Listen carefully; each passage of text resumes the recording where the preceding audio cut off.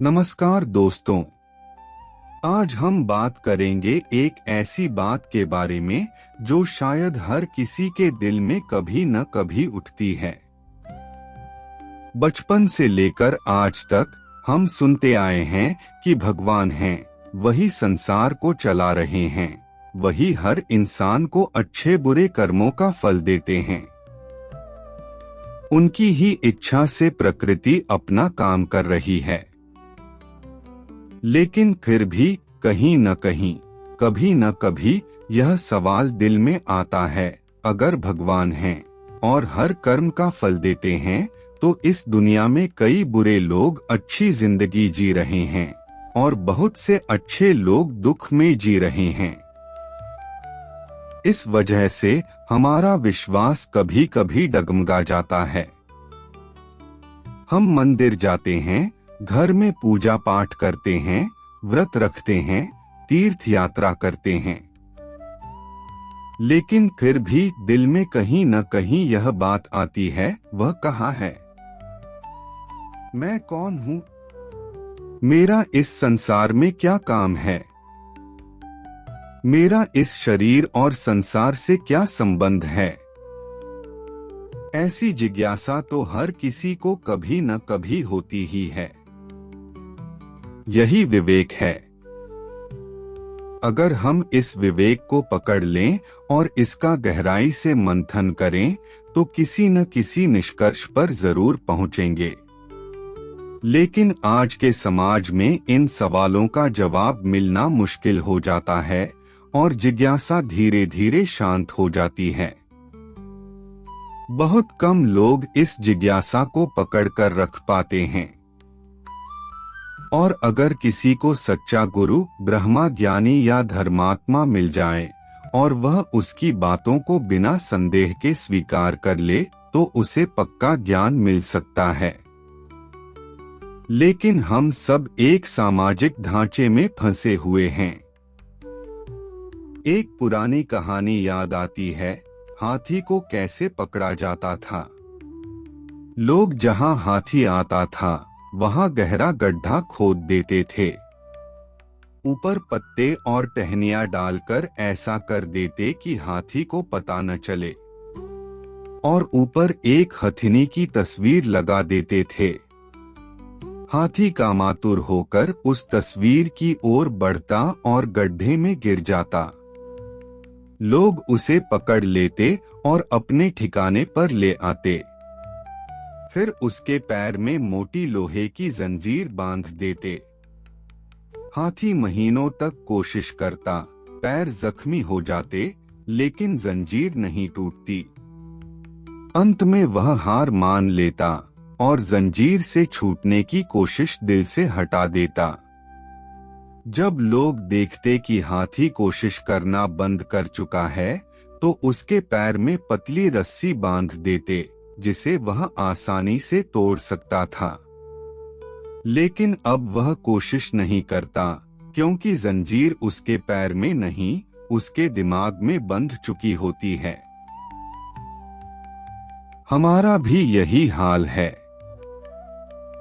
हमारे दिमाग में कितनी जंजीरें बंधी हुई हैं जिन्हें हम तोड़ नहीं पाते और खुद को समाज का गुलाम बना लेते हैं।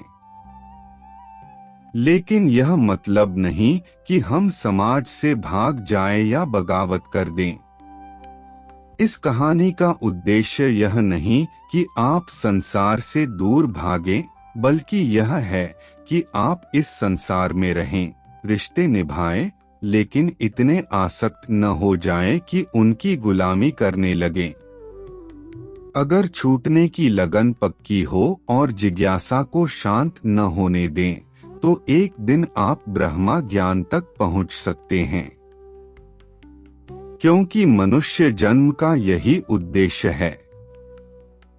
श्रीमद् भागवत गीता में भगवान श्री कृष्ण कहते हैं, बहुना जन्म नामन्ते ज्ञानवान मा प्रपद्यते, वासुदेवः सर्वमिति स महात्मा सुदुर्लभः।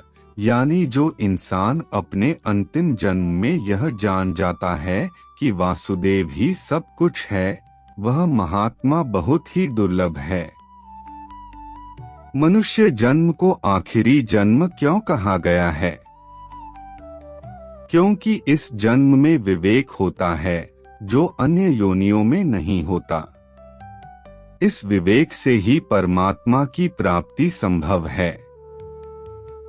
लेकिन हम इस बात को नहीं समझ पाते और प्राकृतिक भोगों को भोगते हुए खुश होते रहते हैं जो टिकने वाले नहीं हैं। और ये भोग कभी भी पूरी तरह खुश नहीं कर सकते।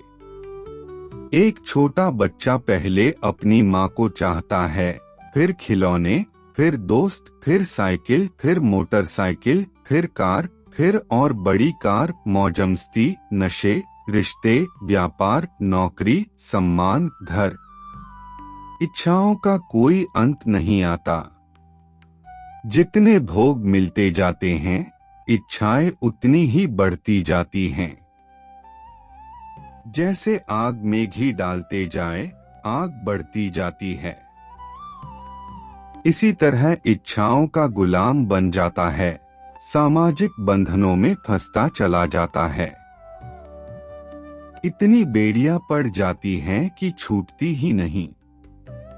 परिवार का पालन पोषण, सामाजिक दिखावा, अपने भोगों की रुचि में इतना व्यस्त हो जाता है कि पता ही नहीं चलता कि जिंदगी बीत गई। उम्र बीतती जाती है और दिमाग में कंडीशनिंग बढ़ती जाती है।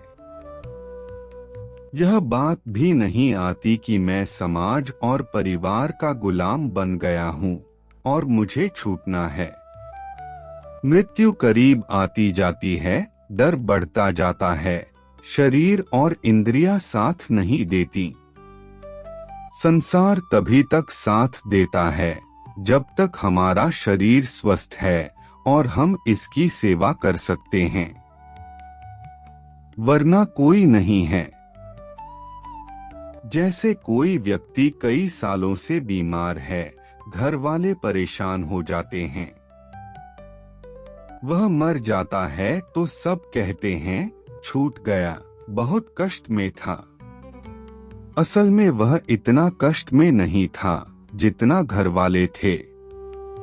यह सब जानते हुए भी हम इन सामाजिक ताने बाने में इतना उलझ जाते हैं कि छूट नहीं पाते और गुलाम बन जाते हैं। इन गुलामी की जंजीरों को तोड़ने का नाम ही अध्यात्म है। जंजीरें तोड़ने का मतलब बगावत या आलसी होकर बैठ जाना नहीं है, बल्कि यह है कि हम निस्वार्थ भाव से इस संसार की सेवा करें। अगर हम इस संसार से अपने लिए कुछ नहीं चाहेंगे, तो यह संसार भी सुखी हो जाएगा और हम भी सुखी हो जाएंगे। क्योंकि जब हम स्वार्थ से इस संसार से सुख चाहते हैं और यह संसार हमसे सुख चाहता है, तो कोई भी सुखी नहीं हो पाता। श्रीमद् भागवत गीता में भगवान कृष्ण ने 3 योग बताए हैं, ज्ञान योग, कर्म योग और भक्ति योग। निस्वार्थ भाव से संसार की सेवा करना कर्म योग है। कर्म संसार के लिए और योग अपने लिए। बाकी चर्चा अगले वीडियो में करेंगे। तब तक के लिए राम राम।